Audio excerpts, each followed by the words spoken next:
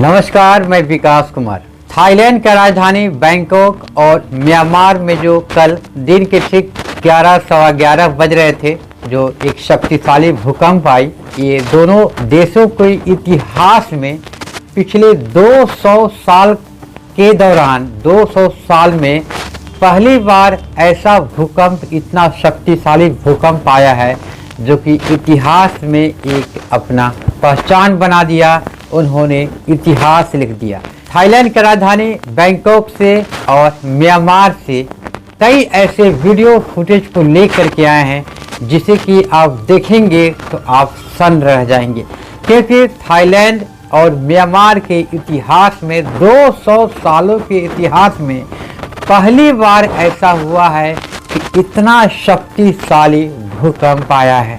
Myanmar की जो सरकार है, म्यांमार की जो गवर्नमेंट है, उस गवर्नमेंट के द्वारा ये पुष्टि की गई है कि इस हादसे में 704 लोग इस हादसे का शिकार हो गए हैं। ये रात्रि तकरीबन 1 बजे तक की रिपोर्ट थी, लेकिन जब सवेरा हुआ तो सवेरा होते ही इस हादसे में शिकार हुए लोगों का जो आंकड़ा है वो इतना बढ़ गया कि अगर हम आपको बताएंगे तो आप सन्न रह जाएंगे। म्यांमार में कल दिन के ठीक 11 बज रहे थे कि एक शक्तिशाली भूकंप, जो कि भूकंप का जो मेन केंद्र था वो म्यांमार में था और आधा हिस्सा थाईलैंड में था, और इसी वजह से उसके कुछ ऐसे झटके हैं जो कि थाईलैंड के अलावा बांग्लादेश, चीन और भारत तक भी महसूस किए गए। एक संस्था है यूनाइटेड स्टेट जियोलॉजिकल सर्वे USGS, एक संस्था है, यह विदेशी संस्था है। यह एक अनुमान लगाया है कि म्यांमार में, सिर्फ म्यांमार की हम बात कर रहे हैं, तो 10,000 से अधिक ऐसे लोग हैं जो कि इस हादसे का शिकार हो चुके हैं। और अभी इसकी जो आंकड़ा है, जैसा कि USGS संस्था ने अनुमान लगाया है कि इसकी आंकड़ा अभी और भी बढ़ सकती है। ये आपको हम म्यांमार की रिपोर्ट बता रहे हैं, जबकि ठीक ऐसा ही रिपोर्ट आपको थाईलैंड का भी सुनने को मिलेगा।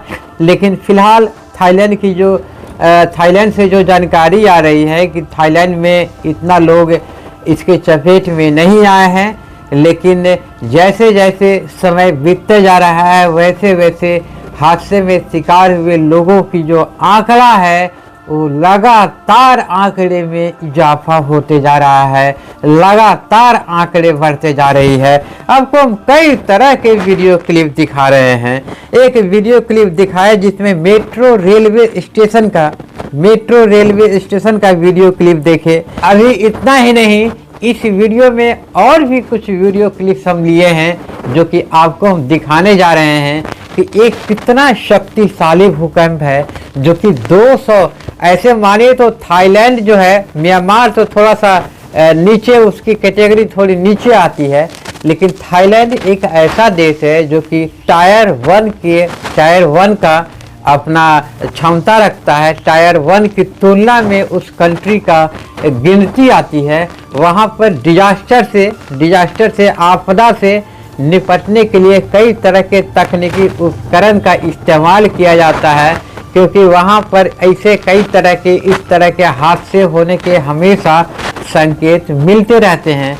लेकिन यही हादसा अगर हमारे भारत में हो जाती तो हमारे भारत सरकार की क्या तैयारी है, हम इसके बारे में खुलकर शायद बोल नहीं सकते हैं, बता नहीं सकते हैं, क्योंकि आप लोग खुद समझदार हैं। हमारा नया भारत, विकसित भारत क्या किताबों तक ही सीमित है कि तकनीकी के क्षेत्र में भी आगे बढ़ा है। इसकी रूपरेखा आप तय करेंगे, हम तय करेंगे, हम आपको जानकारी ही दे सकते हैं। अब तो ऐसा नियम आने वाला है कि आप किसी भी मैटर पे खुलकर बोल भी नहीं सकते हैं। कुछ दिन के बाद वो नियम लगने वाला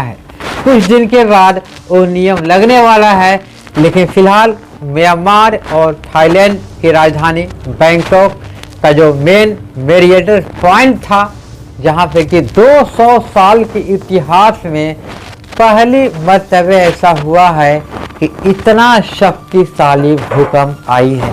और जैसे जैसे समय बीत रहा है, जैसे जैसे समय बीतते चला जा रहा है, वैसे वैसे इस हादसे में शिकार हुए लोगों की जो तादाद है, लोगों की जो आंकड़ा है, वो हमेशा बढ़ती जा रही है। हर एक घंटे पे आंकड़ा हजार के हजार बढ़ती जा रही है। इससे आप अनुमान लगा सकते हैं। हालांकि हमारा भारत देश से भी कई सुनने में तो आ रहा है कि 15 टन राहत सामग्री म्यांमार को आज भेजी गई है। जैसा हमको जानकारी मिल रही है कि 15 टन जो सामग्री है म्यांमार देश को राहत सामग्री भेजी गई है।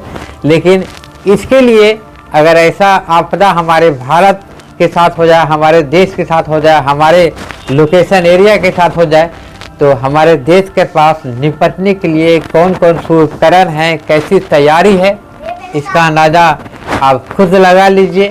क्या किताब तक ही सीमित है या हकीकत क्या है क्या नहीं है। इस रिक्टर स्केल जो भूकंप जो मापा जाता है, उसको मापने की जो इकाई है वो तीव्रता में मापी जाती है और 7.7 वाली तीव्रता थी, जो कि 200 साल में म्यांमार और थाईलैंड के इतिहास में सबसे बड़ा भूकंप माना जा रहा है और बताया भी जा रहा है।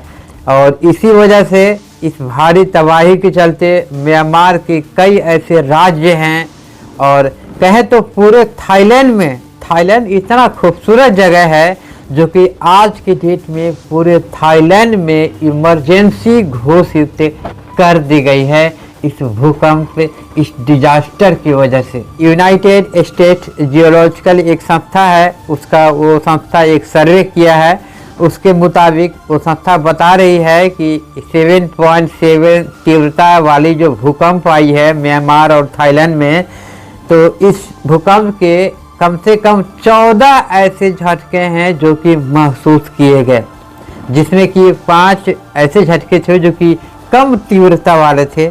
हल्का झटका रुक रुक करके आई और चली गई। लेकिन कई ऐसे झटके थे जिसकी तीव्रता 6.7 से ज़्यादा रही और लगभग 10 मिनट तक रहा। हम कई ऐसे वीडियो फुटेज दिखाए जिस वीडियो फुटेज से आप अंदाज़ा लगा सकते हैं कि कितना शक्तिशाली भूकंप आई है। यहाँ पर वीडियो में आप देख सकते हैं कि एक अरबों रुपए की लागत से बनी ओवर ब्रिज भी समझिए कि भूकंप से तहस नहस हो गई है। 51 साल पुराना ये जो पुल बताया जा रहा है, 51 साल पुराना पुल बताया जा रहा है जो कि इस भूकंप की चपेट में आ गया। इसके अलावा कई ऐसे जगह हैं। म्यांमार के जो बुद्धा टेम्पल है जहाँ पे कि देश और दुनिया से लाखों की तादाद में टूरिस्ट लोग, पर्यटक लोग घूमने के लिए जाते हैं, वो पूरी के पूरी तरह से तबाह हो चुका है। तो ये वीडियो फुटेज लेकर आए थे म्यांमार से, कुछ लाए थे थाईलैंड के राजधानी बैंकॉक से। म्यांमार में काफ़ी स्थिति खराब है, बहुत बुरा स्थिति है, और पूरे थाईलैंड की भी बहुत बुरा स्थिति है। पूरे थाईलैंड में इमरजेंसी घोषित कर दिया गया है। बहुत दुख की बात है कि इस तरह का आपदा हमारे पड़ोसी राज्यों में, पड़ोसी देशों में इस तरह का हुआ है। कितने का नुकसान हुआ है इसका आंकड़ा फिलहाल अभी नहीं लगाया जा सकता है, लेकिन हाँ, कुछ दिनों के बाद इसका आंकड़ा भी हम सभी के बीच में आ जाएगा कि इससे कितना का नुकसान हुआ है वहाँ की सरकार का, वहाँ की पृष्ठभूमि की। मिलते हैं अगले खबर में एक नई जानकारी, एक नए अपडेट के साथ। तब तक के लिए नमस्कार, जय हिंद।